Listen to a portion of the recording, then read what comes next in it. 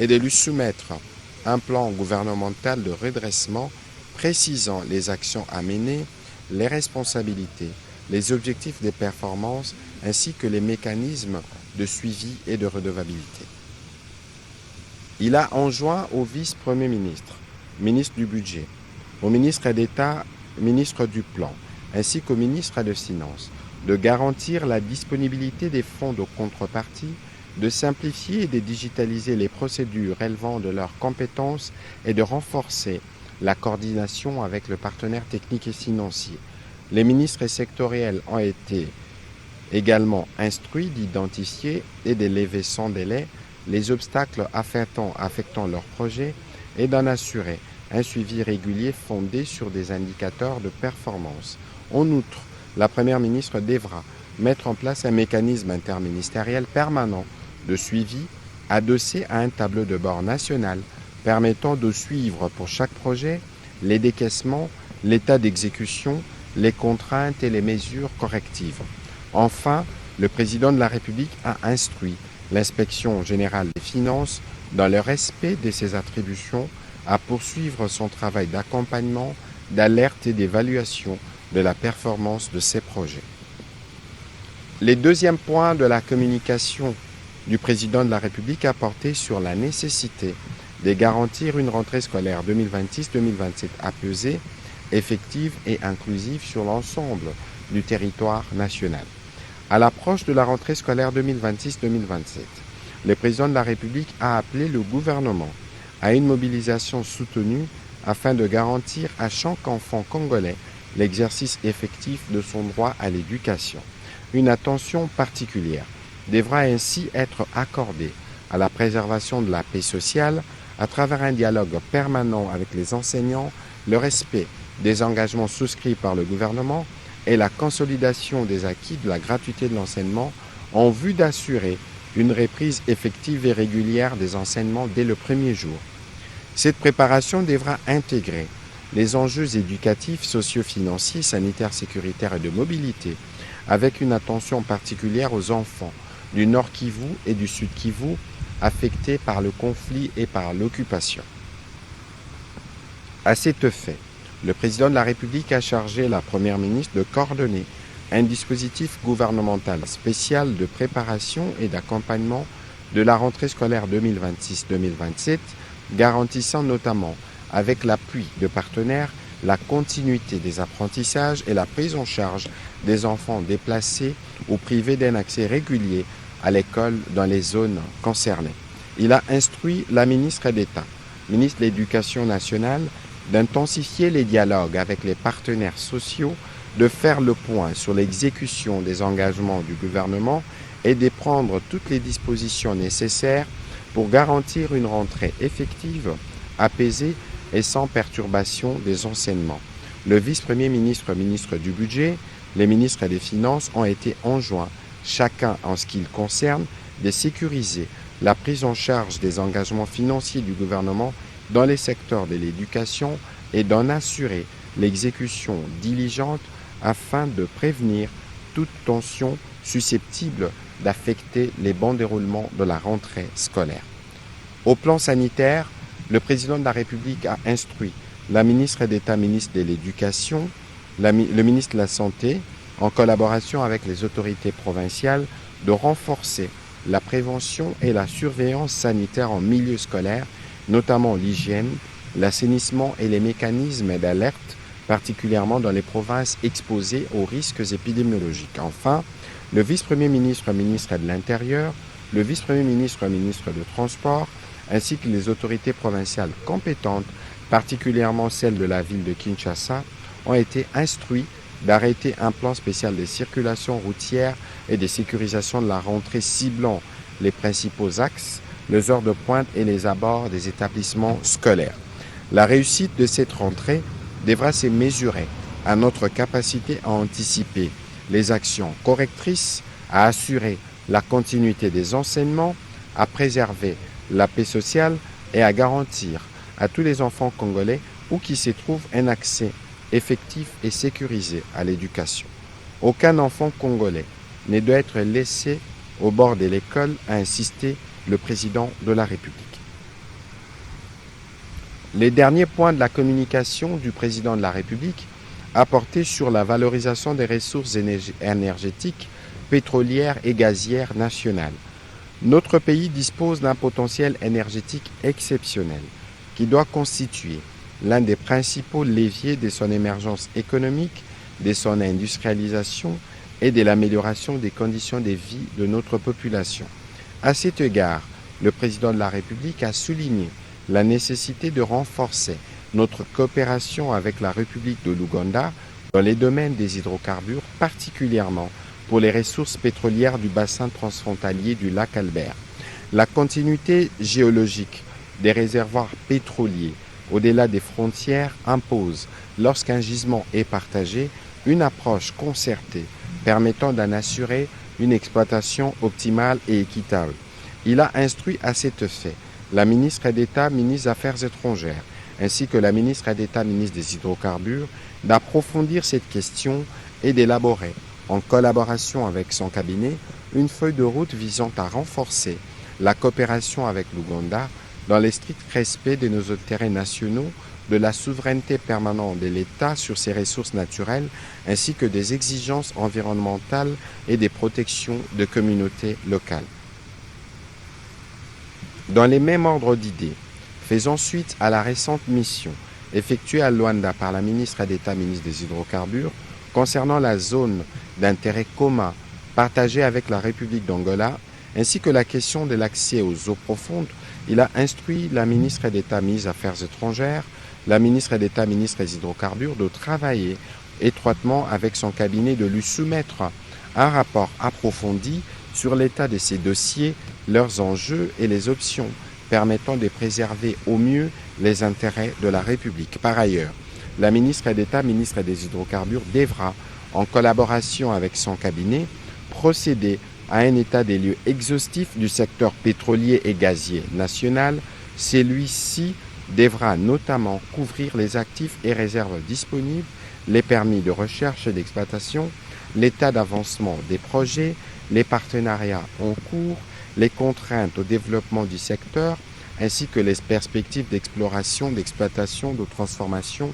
et de valorisation des hydrocarbures. Une attention particulière devra également être accordée aux infrastructures de transport, de stockage, de raffinage et de commercialisation. Le président de la République a souligné que les conclusions de cet exercice devront permettre au gouvernement de disposer d'une vision actualisée et stratégique du portefeuille pétrolier et gazier national, afin d'en améliorer la gouvernance, d'attirer davantage d'investissements, d'accroître la production nationale et de maximiser sa contribution au développement économique et social du pays. Dans cette perspective, il a instruit la ministre d'État, ministre des Hydrocarbures, de mettre en place un cadre permanent de concertation entre les principales parties prenantes du secteur et d'accélérer les réformes nécessaires pour faire des hydrocarbures un véritable levier d'industrialisation, de création d'emplois et de souveraineté énergétique de la République démocratique du Congo. Avant de clôturer sa communication, le président de la République a félicité la ministre de la Jeunesse et Éveil patriotique pour la mobilisation des jeunes et les mémorandums qui en est ressorti et qu'il a bien reçus. Comme de coutume, il restera très attentif aux demandes des jeunes et il accordera le moment venu la suite qu'ils requièrent. Dans la suite de la communication du président de la République, la première ministre chef du gouvernement est revenue sur les enjeux de la rentrée sociale 2026 qu'elle souhaite apaiser sur toute l'étendue du territoire national. Elle a souligné la nécessité de faire un état de lieu rigoureux des engagements pris envers nos partenaires sociaux. Cette démarche concerne les secteurs de l'administration publique, de l'éducation nationale, de la santé publique ainsi que de l'enseignement supérieur, universitaire, recherche scientifique et innovation technologique. Cette mise à jour, a-t-elle insisté, permettra d'identifier les contraintes opérationnelles ou financières afin de proposer des arbitrages stratégiques. L'objectif est de garantir la paix sociale tout en maintenant strictement les équilibres macroéconomiques et les règles de gouvernance budgétaire de l'État. Dans cette volonté de maintenir les dialogues avec les partenaires sociaux, la Première ministre a demandé au vice-premier ministre, ministre du Budget, au vice-premier ministre, ministre de la Fonction publique, à la ministre d'État, ministre de l'Éducation nationale, au ministre des Finances, au ministre de la Santé, au ministre de la Santé ainsi qu'à la ministre de l'Enseignement supérieur, chacun en ce qui le concerne, de mettre à jour les niveaux d'exécution de tous les engagements avec les partenaires sociaux en prévision d'une réunion qu'elle tiendra dans les jours qui viennent. Ensuite, elle a évoqué l'impératif de redevabilité des résultats et perspectives du gouvernement de la République 12 mois après la nomination du gouvernement Souminois II par le président de la République, chef de l'État. Au cours de cette période, des réformes courageuses ont été engagées et des actions concrètes ont été posées dans l'ensemble de nos secteurs respectifs. Le moment est venu d'en rendre compte à nos concitoyens dans un exercice de transparence et de redevabilité destiné à renforcer le lien de confiance avec la nation, a déclaré la Première ministre. C'est dans cette perspective qu'elle a approuvé le projet de communication gouvernementale intitulé Panel de redevabilité, un an d'action du gouvernement Souminois II, soumis par le ministre de la Communication et Médias, porte-parole du gouvernement. Ces dispositifs permettra de présenter les réalisations du gouvernement, leur impact concret sur la population ainsi que les perspectives de notre action à travers des volets complémentaires au niveau national, international et numérique. Pour assurer la réussite de cet exercice, elle a invité chaque membre du gouvernement à s'y impliquer personnellement et à instruire sa cellule de communication de préparer des argumentaires documentés, privilégiant les résultats, les données chiffrées et les preuves de l'impact de nos politiques publiques. Cette communication, a précisé la chef du gouvernement, devra refléter l'unicité de l'action gouvernementale autour de la vision et des priorités fixées par le président de la République, chef de l'État. À cet effet, les canevas des principales réalisations seront préalablement transmis au ministère de la Communication et des Médias chargé d'en assurer la coordination, l'harmonisation et la cohérence éditoriale. Au deuxième chapitre du Conseil de ministres de ce jour, relatif au point d'information État et administration du territoire, le vice-premier ministre, ministre de l'Intérieur, des sécurités, décentralisation et affaires coutumières, a présenté au Conseil le rapport sur l'État et l'administration du territoire national. Au cours de la semaine qui s'achève, l'état d'esprit de la population a été notamment marqué par des divers commentaires et réactions de l'opinion consécutifs à la libération et au transfèrement des 15 détenus affiliés à l'AFC M23 par le gouvernement de la République le 6 août 2026 avec l'accompagnement du Comité international de la Croix-Rouge dans les cas des mécanismes de Doha, Qatar et Montreux en Suisse. Au sujet du banditisme et de la criminalité, il a évoqué la poursuite par la police nationale de la traque de criminels connus à travers l'opération Dobo. Par ailleurs, il est également signalé les transferts à l'auditorat militaire de Gombe des 5 bandits à main armée autour de braquages spectaculaires, des cambis et autres commerces dans la ville de Kinshasa, dont les images étaient devenues virales sur les réseaux sociaux. Sur un autre volet, il a fait rapport de la réunion interministérielle axée sur les retours des déplacés dus au conflit Mbole et Lengola en province orientale, dans la province de la Chopo, que le ministère a organisé le 11 août 2026, laquelle a abouti aux résolutions ci-après. La construction des 250 maisons pour accueillir 250 ménages, la construction et la réhabilitation des écoles et centres de santé, des forages pour la desserte en eau potable. Les FONAREV s'est aussi engagé en mettre en œuvre ces 3 résolutions sur base de sa feuille de route validée et consolidée. Une mission officielle sera déployée la semaine prochaine pour identifier les sites devant accueillir ces ouvrages. Les ministères sectoriels vont chacun, en ce qui le concerne, intervenir dans la limite de leurs compétences.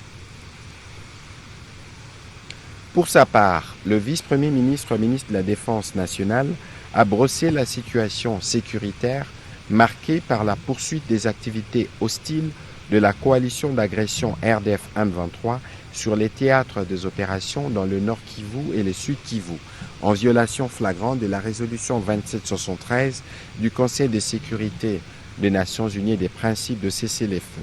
Face à toutes ces actions ennemies, il a rassuré que nos forces armées répondent efficacement avec une ferme détermination tout en empêchant leur extension et en faisant obstacle à leurs ambitions d'occupation et de pillage de nos ressources minières. Dans la quête d'un retour définitif de la paix en Ituri, le gouverneur militaire, dans une approche civilo-militaire, a entamé son itinérance par les territoires des Djougou, épicentre de la violence de groupes armés, en vue de sensibiliser la population pour le retour des déplacés internes dans leur milieu d'origine et leur désolidarisation avec les éléments réfractaires au PDD-RCS. Entre-temps, la traque se poursuit contre les ADF affiliés à l'État islamique dans les territoires de Mambasa ainsi que contre la CRP de Thomas Lubanga. Avec la résurgence des attaques des insurgés Bakata Katanga contre les positions des FARDC dans le Haut-Katanga, des mesures de renforcement opérationnel ont été prises pour neutraliser leur activisme. Dans les territoires des Mitwaba, nos unités ont été déployées en renfort pour traquer les insurgés Bakata Katanga qui ont attaqué le camp des FARDC au village Kubo avec un bilan de 8 personnes tuées, dont 6 enfants. Évolution de la situation récente sur les marchés d'échange ainsi que de biens et services. Intervenant comme invité, le gouverneur de la Banque centrale du Congo a rassuré que la conjoncture économique intérieure continue d'évoluer dans un contexte globalement stable, marqué par une décélération de l'inflation hebdomadaire et une légère dépréciation sur le marché de change. Au cours de la première semaine du mois d'août 2026, le marché de biens et services a indiqué un léger ralentissement du rythme de formation de prix intérieurs. Le taux d'inflation hebdomadaire s'est établi au niveau national à 0,19% contre 0,21% la semaine précédente. En cumul annuel, les taux d'inflation s'est situé à 6% contre 5,1% à la même période de 2025. En glissement annuel, il est ressorti à 3,2% contre 7,8% un an auparavant et un objectif moyen à terme établi à 7%. Outre les contraintes structurelles, cette dynamique de prix est imprimée par des tensions locales sur les produits pétroliers, conjuguées aux effets saisonniers pesant sur l'offre de certains produits, notamment les charbons de bois et les produits d'entretien ménager. À la clôture de la journée du 7 août 2026, les taux d'échange s'est établi à 2271,13 francs congolais pour $1 américain l'indicatif et à 2319,73 francs congolais au parallèle. Comparativement au 31 juillet 2026, le franc congolais s'est déprécié de 0,82% sur les segments interbancaires et de 0,20% sur les segments parallèles. Les cours mondiaux des principaux produits des bases intéressant l'économie congolaise se sont globalement bien comportés. Considérant les facteurs de risque sur le plan interne et externe, le gouverneur a formulé une série de recommandations visant notamment la poursuite des efforts pour réduire la volatilité des prix de produits de grande consommation dans des produits alimentaires en réalisant des investissements ciblés visant à créer 3 banques publiques dédiées au financement de l'agriculture, des infrastructures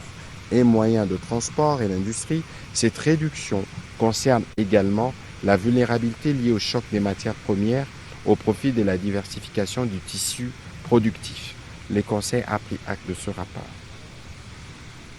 Au sujet de l'évolution de la situation humanitaire, la ministre d'État, ministre des Affaires sociales, a fait le point de cette situation en République démocratique du Congo pour la période allant du 27 juillet au 11 août 2026. Cette période a été principalement marquée par des cas d'incendie de sites des personnes déplacées internes, des naufrages, les défis à l'épidémie de choléra, la riposte en cours contre la maladie à virus Ebola, ainsi que les mouvements de population signalés dans certaines zones.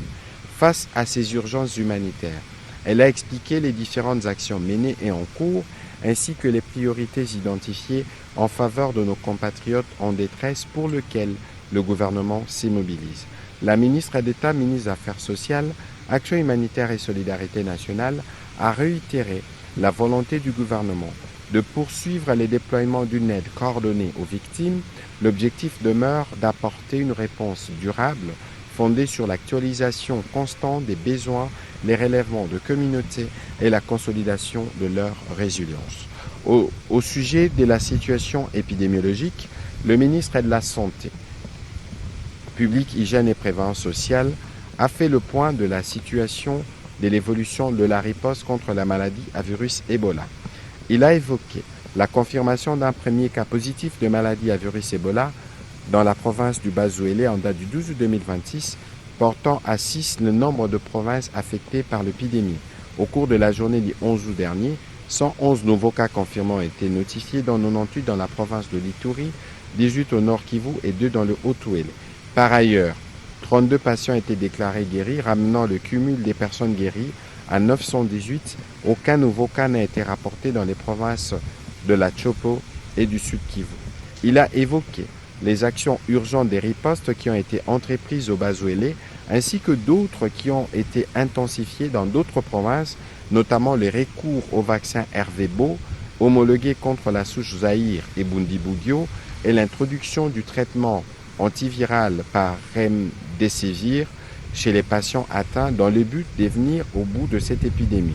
En prévision de la prochaine rentrée scolaire, le ministre de la Santé publique a été complété par la ministre d'État, ministre de l'Éducation nationale, sur les dispositifs conjoints à mettre en place dans les zones de santé touchées par l'épidémie d'Ebola. En ce qui concerne l'épidémie de choléra, le ministre a eu l'occasion de faire le point sur les différentes tendances. Note d'information relevant du secteur du plan. Le ministre d'État, ministre du Plan et de la Coordination de l'aide au développement, a présenté au Conseil l'état de lieu du deuxième recensement général de la population et de l'habitat RGPH2.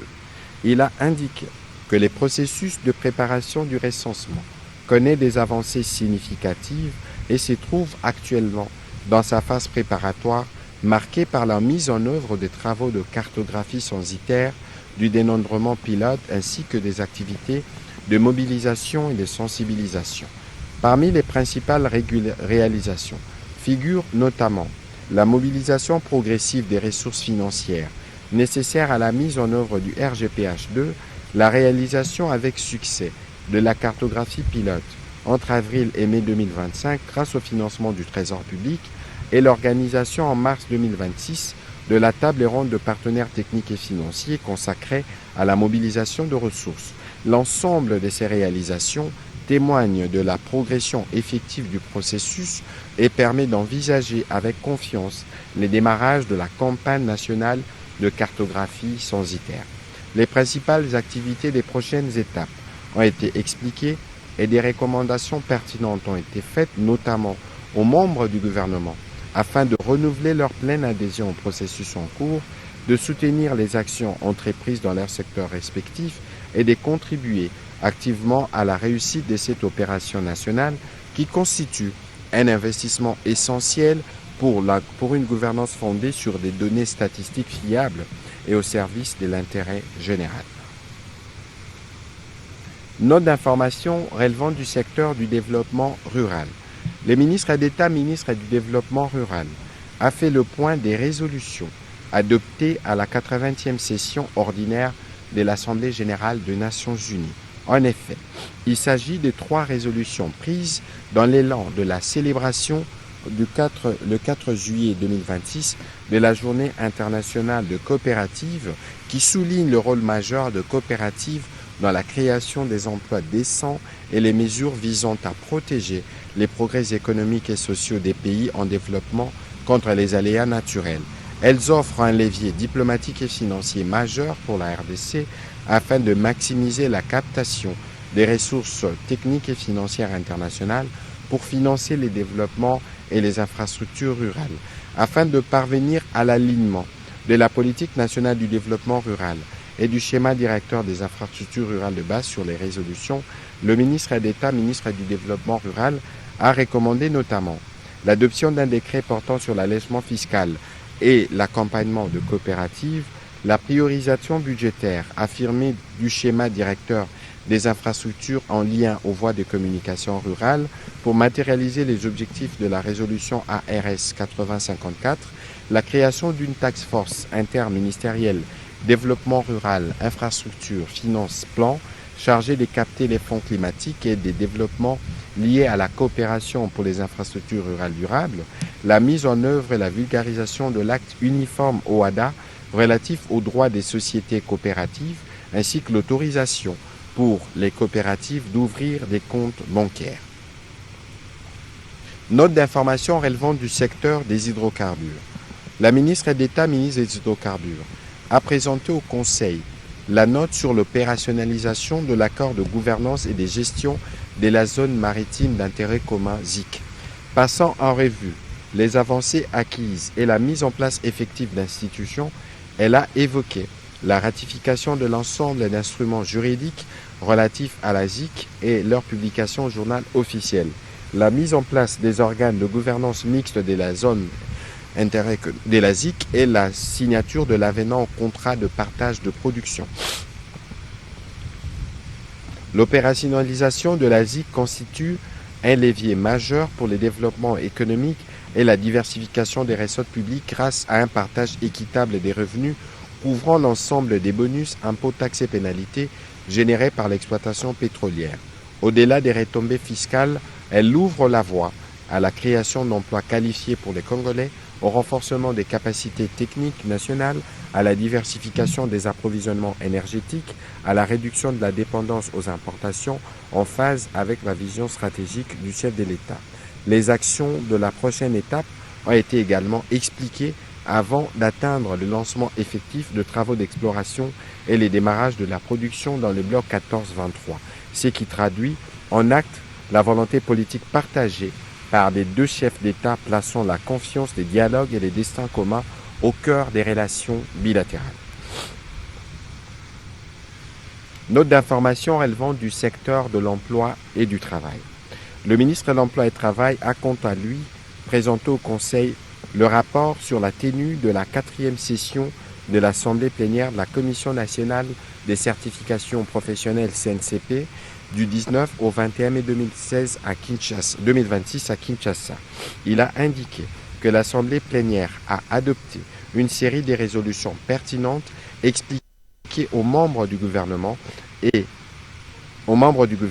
et a souhaité, dans l'optique de l'actualisation du cadre institutionnel de la CNCP, la mise en place d'un comité de pilotage. C'est un organe transversal qui prendra en compte tous les ministères concernés, en l'occurrence les ministères de l'Emploi et du Travail, la formation professionnelle, les affaires sociales, l'enseignement supérieur universitaire, l'éducation nationale, aux fins de garantir la synergie d'action entre tous les acteurs de l'écosystème de la formation professionnelle en République démocratique du Congo. Il a été complété par les ministres d'État, ministres de la formation professionnelle. Note d'information relevant du secteur de l'industrie. Le ministre de l'Industrie ad interim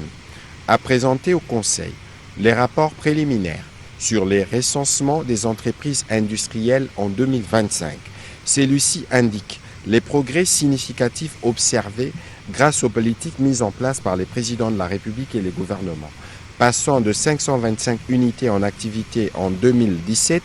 au moment de la dernière enquête et aujourd'hui à 1226 unités industrielles identifiées. 3 provinces, dont la ville-province de Kinshasa, le Haut-Katanga et les Lualaba, concentrent plus de 54,5% des unités industrielles en activité avec respectivement 264, 188 et 101 unités. Les rapports épinglent aussi la situation des entreprises en arrêt d'activité ou en fermeture momentanée à travers les pays. Il identifie aussi les différents secteurs de l'industrie. Le ministre d'État, ministre de l'Industrie ad interim, a salué les débuts des recouvrements des créances dues au Fonds de promotion de l'industrie après la communication du président de la République et les différentes réunions de suivi qui ont été organisées sous la direction de la première ministre chef du gouvernement. Les fonds ainsi mobilisés pourront être investis dans les financements d'autres projets industriels pour poursuivre l'industrialisation du pays. Recommandant la poursuite de ces processus de recouvrement, le Conseil a pris acte de ces rapports. Note d'information relevant du secteur de l'aménagement du territoire. Le ministre de l'aménagement du territoire a présenté au Conseil la note sur l'approbation des principales recommandations et la feuille de route issue de l'atelier sur l'aménagement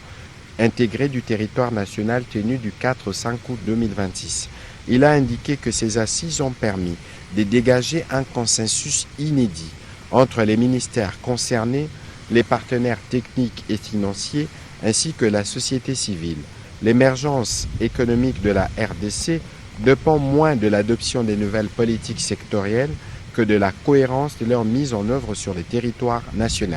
Avec des politiques ambitieuses dans les domaines de l'agriculture, pêche et élevage, mines et hydrocarbures, du développement rural, de l'industrie, des infrastructures, des ressources hydrauliques et électricité, de l'environnement, du foncier, de l'urbanisme, du numérique et du tourisme, le cadre de convergence autour d'une même vision territoriale demeure les schémas nationaux d'aménagement du territoire. À cet effet, les recommandations de l'atelier ont conduit à 6 décisions majeures, à savoir 1. L'alignement effectif des politiques sectorielles sur les options majeures de l'aménagement du territoire. 2. L'accélération de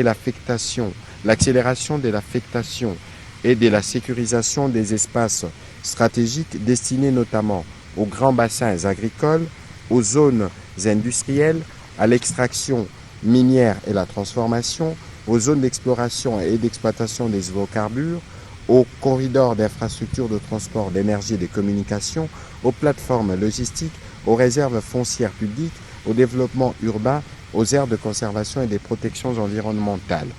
L'assurance d'un déploiement territorial équilibré, de grands projets structurants d'industrialisation, le renforcement de la coordination interministérielle, la consolidation de collaboration avec les provinces, la réaffirmation du rôle stratégique du schéma national d'aménagement du territoire, ainsi que l'adoption d'une feuille de route d'action prioritaire découlant des orientations retenues.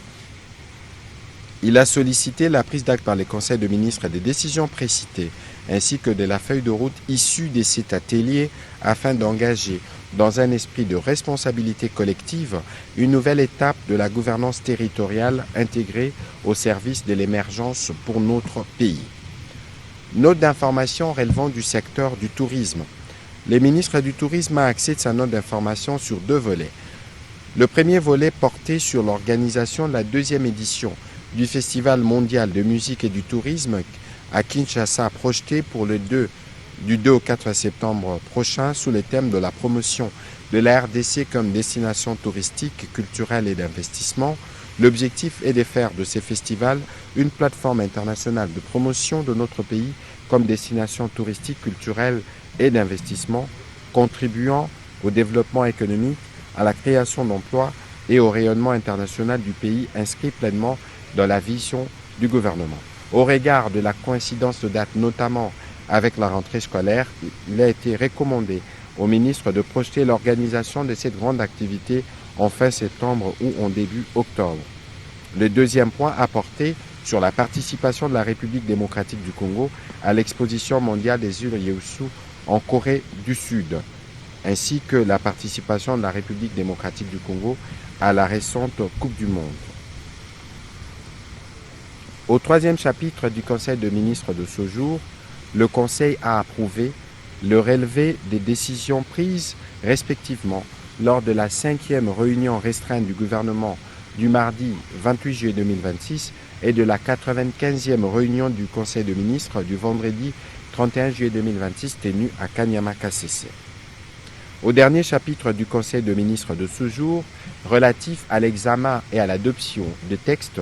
le ministre d'État, ministre de la Justice et garde-sceaux, représenté par le ministre d'État, ministre de la Formation professionnelle, a soumis au Conseil pour examen et adoption les projets d'ordonnance loi portant autorisation de la prorogation de l'état de siège dans les provinces de l'Ituri et du Nord Kivu pour une période de 15 jours prenant cours le 15 août 2026. Après débat et délibération, ces projets d'ordonnance loi a été adopté. Pour sa part, le ministre des Finances a soumis au Conseil pour examen et adoption les textes ci-après. Le projet d'ordonnance loi autorisant la ratification de l'accord de prêt du 22 juin 2026 conclu entre la République démocratique du Congo et l'Association internationale de développement IDA au titre du financement additionnel du projet d'autonomisation des femmes entrepreneurs et des mises à niveau des PME pour la transformation économique en République démocratique du Congo, Transform, pour un montant de 200 millions de dollars. 2. Projet d'ordonnance loi autorisant la ratification de l'accord de prêt du 8 juin 2026 conclu entre la République démocratique du Congo et l'Association internationale de développement au titre du financement additionnel du projet d'urgence pour l'équité et les renforcements du système éducatif en République démocratique du Congo, PERS, pour un montant de 200 millions de dollars. Projet d'ordonnance loi autorisant la ratification de l'accord de prêt du 19 juin 2026 conclu entre la République démocratique du Congo et l'Association internationale de développement au titre du deuxième financement additionnel du projet multisectoriel de nutrition et de santé pour un montant de 75 millions de dollars. Les derniers textes, projet d'ordonnance portant approbation de l'accord de don du 19 juin 2026 conclu entre la République démocratique du Congo et l'Association internationale de développement IDA au titre du deuxième financement additionnel du projet multisectoriel de nutrition et de santé PNMS pour un montant de 6,3 millions de dollars en dons et 10 millions de dollars en dons. Après débat et délibération, ces autres textes ont aussi été adoptés. Commencé à 15h30, la réunion du Conseil de ministres a pris fin à 18h47. Je vous remercie.